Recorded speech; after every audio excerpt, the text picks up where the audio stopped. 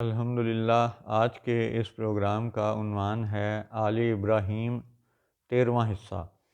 اعوذ باللہ من الشیطان الرجیم، بسم اللہ الرحمن الرحیم۔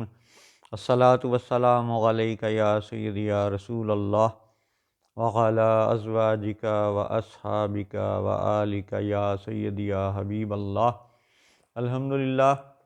لاہور شہر میں آج بروز یوم الاحد 16 رجب 1445 ہجری اور بروز اتوار 28 جنوری 2024 عیسوی ہے۔ آل ابراہیم کے حوالے سے پچھلے پروگراموں کے تسلسل میں جو باتیں ہو چکیں ان میں مزید ایک قدم اللہ کے فضل سے آگے بڑھنے کے لیے آج ہم سورۃ البقرہ کی چند آیات تلاوت کریں گے اور سورۃ البقرہ میں سے آل ابراہیم کی چند مزید حقیقتیں اپنے بچوں کو بتائیں گے انشاءاللہ۔ آیت نمبر 127 سورہ بقرہ۔ اعوذ باللہ من الشیطان الرجیم۔ وَإِذْ يَرْفَعُ إِبْرَاهِيمُ الْقَوَاعِدَ مِنَ الْبَيْتِ وَإِسْمَاعِیلُ، اور جب اٹھاتا تھا ابراہیم اس گھر کی نیویں یعنی بنیادیں،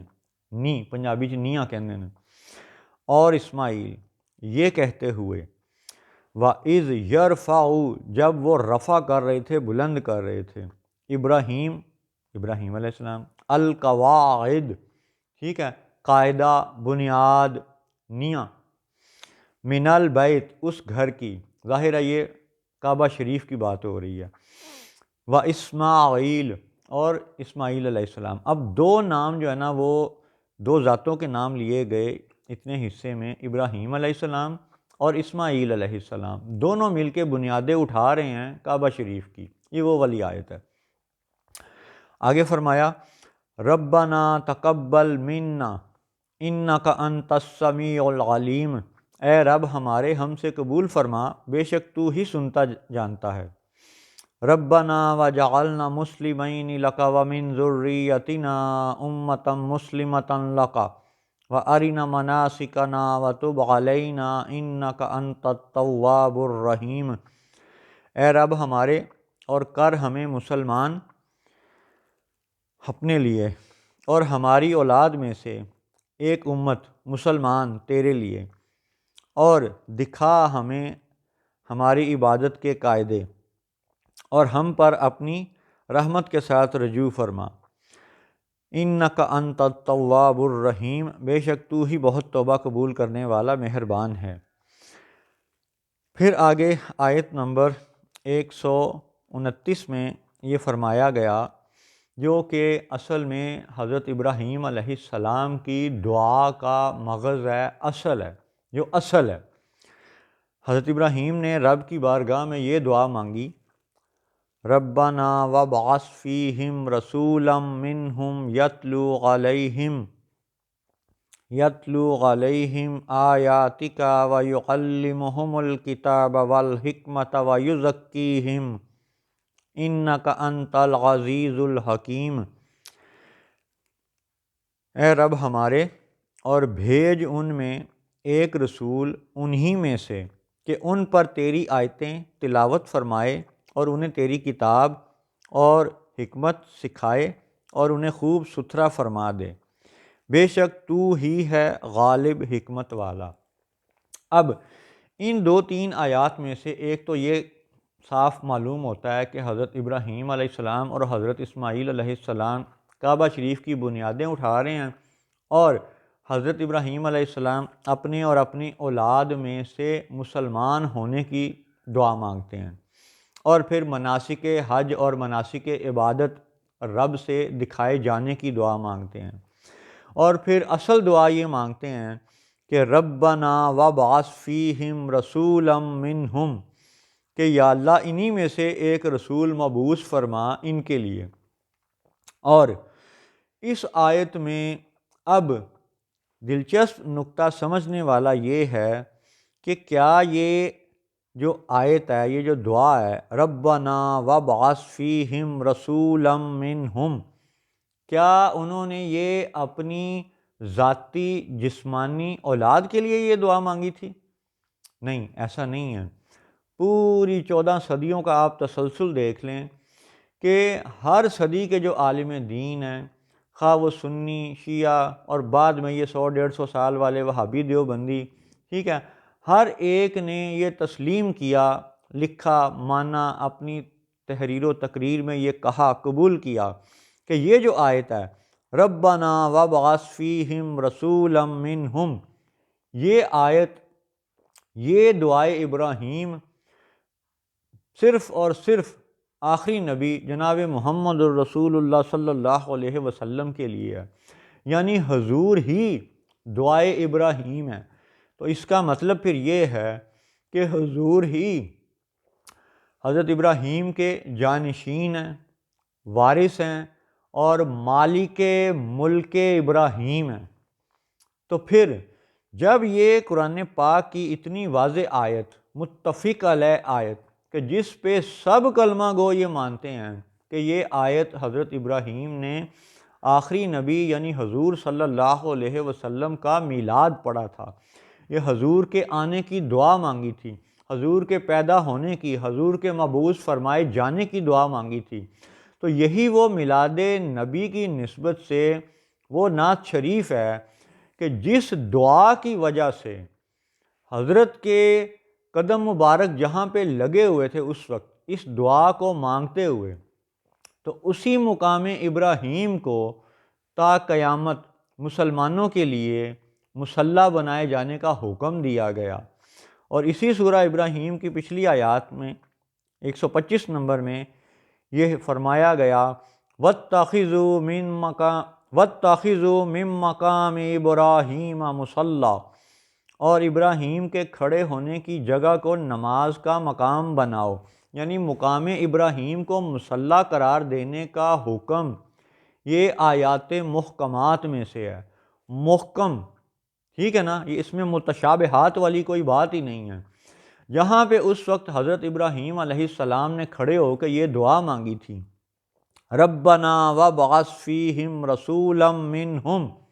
تو جہاں حضرت ابراہیم علیہ السلام نے حضور کا میلاد پڑھا تھا،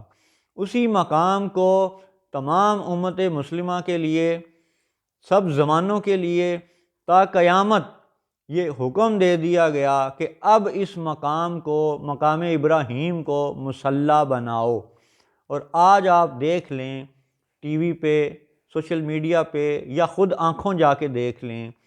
کہ آل سعود نے کیا کیا ہے، مقام ابراہیم کے اس خاص مقام پہ خوبصورت سنہری جنگلہ لگا دیا، ٹھیک ہے،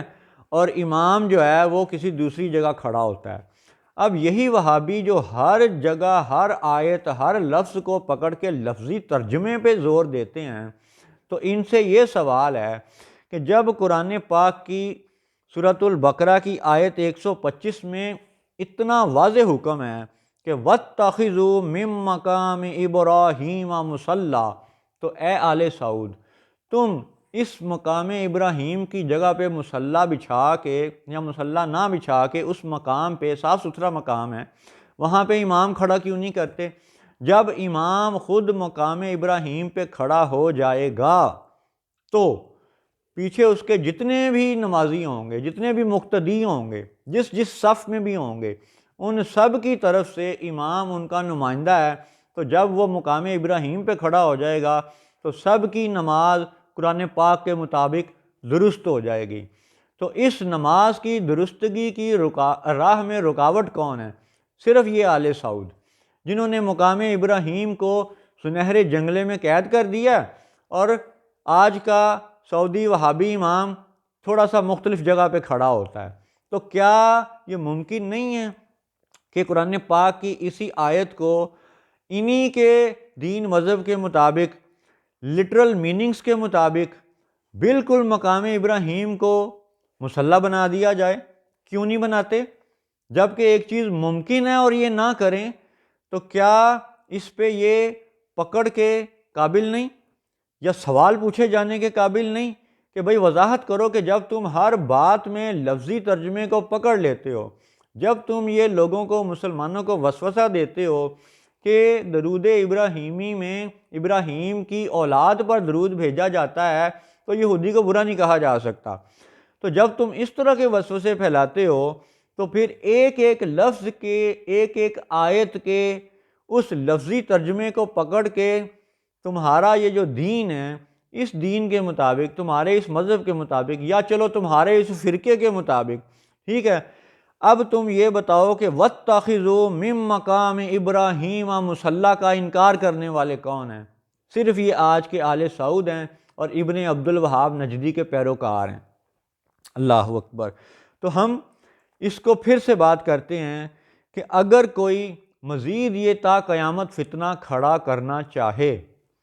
کہ جی ربنا وابعث فیہم رسولا منہم، یہ تو حضور صلی اللہ علیہ وسلم کے لیے نہیں ہے۔ اب چونکہ فتنوں کا زمانہ ہے تو یہ فتنہ بھی ایکسپیکٹ کیا جا سکتا ہے کہ کوئی خبیث آدمی اٹھ کے یہ اعتراض کر دے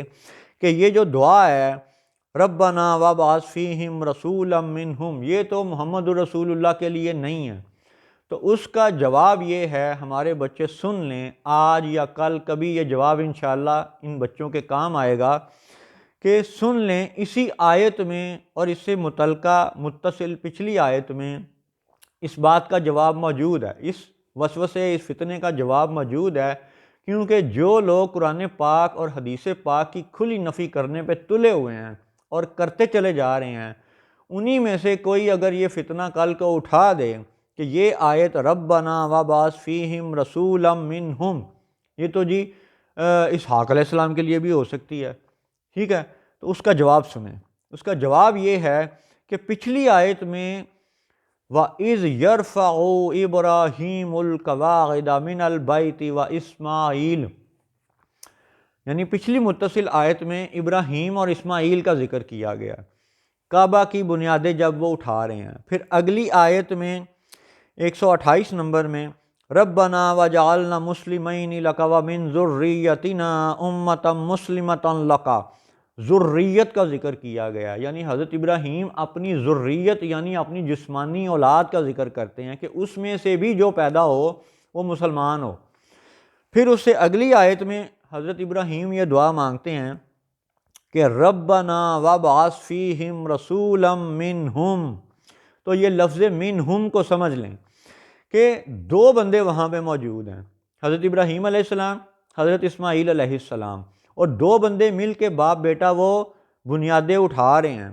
تو اب اگر یہ تصور کیا جائے کہ جی حضرت ابراہیم نے تو حضرت اسحاق کے لیے یہ دعا مانگی تھی، ٹھیک ہے، تو اس وسوسے کا توڑ یہ ہے، اس فتنے کا جواب یہ ہے کہ اگر حضرت ابراہیم کے سامنے اس وقت صرف حضرت اسماعیل کھڑے ہیں اور دونوں باپ بیٹا بنیادیں اٹھا رہے ہیں، تو حضرت اگر یہ کہیں کہ ان میں سے رسول بھیج، تو اس کا مطلب یہ ہے کہ وہ جو آنے والے نبی ہیں، وہ جو آخری نبی ہیں، وہ اسماعیل علیہ السلام کی نسل پاک میں سے ہوں گے، اسماعیل علیہ السلام کی ذریت میں سے ہوں گے۔ یہ ہے آخری نبی کا اسماعیل علیہ السلام میں سے ہونا، ایک بات۔ اور دوسری بات یہ کہ جب یہ فرمایا گیا، یہ عرض کی گئی ربنا وابعث فیہم رسولا منہم، کہ وہ جو رسول ہوں گے وہ ان میں سے ہوں، تو اگر حضرت ابراہیم حضرت اسماعیل کی طرف اشارہ کر کے یہ کہیں کہ رسولا منہم، ان میں سے، تو وہ جو وسوسہ اور فتنہ کہ بھئی حضرت اسحاق علیہ السلام کے لیے یہ آیت ہو سکتی ہے، تو نہیں ہو سکتی۔ کیوں؟ کیونکہ جب حضرت ابراہیم حضرت اسماعیل کی طرف اشارہ کر کے یہ کہیں کہ رسولا منہم، تو کیا حضرت اسحاق علیہ السلام حضرت اسماعیل کے بیٹے ہیں؟ نہیں ہیں۔ لہٰذا تا قیامت کوئی بندہ 14 صدیوں کے اس تسلسل کو اگر توڑنے کی کوشش کرے کہ جی یہ دعائے ابراہیم تو اسحاق کے لیے تھی، نہیں تھی، کیونکہ رسولا منہم اس کا جواب ہے کہ اسحاق علیہ السلام اسماعیل علیہ السلام کے بیٹوں میں نہیں ہیں، بھائی ہیں۔ تو آج کی اس گفتگو کا خلاصہ یہ ہے کہ جہاں پہ حضرت ابراہیم علیہ السلام نے حضور کا میلاد پڑھا صلی اللہ علیہ وسلم، آخری نبی کے مبعوث ہونے کی دعا مانگی، تشریف لانے کی دعا مانگی، میلاد النبی کا اعلان کیا، وہاں پہ اس مقام کو، اس مقام ابراہیم کو تا قیامت امت مسلمہ کے لیے مصلی بنائے جانے کا حکم دے دیا گیا، اور اسی میں سے میلاد النبی کی شان بھی ظاہر ہے اور وسوسہ کھڑا کرنے والوں کا جواب بھی موجود ہے کہ درود ابراہیمی میں جہاں جہاں بھی آل ابراہیم کا ذکر ہے وہاں پہ ساتھ ساتھ آل محمد کا ذکر ہے، گویا کہ حضور صلی اللہ علیہ وسلم کی روحانی اولاد ہی ابراہیم علیہ السلام کی روحانی اولاد ہے، اور اسی کا ثبوت پچھلے پروگرام میں بھی پیش کیا گیا تھا کہ سورہ آل عمران آیت نمبر 68، ان اول الناس بابراہیم للذین اتبعوہ وہذا النبی والذین آمنوا، تو آخری نبی وہذا النبی، ٹھیک ہے، اور ان پر ایمان لانے والے، یہی حضرت ابراہیم علیہ السلام کے جانشین ہیں، وارث ہیں، ان کے ملک کے آج یہ مالک ہیں اللہ کے فضل سے۔ السلام علیکم ورحمۃ اللہ وبرکاتہ۔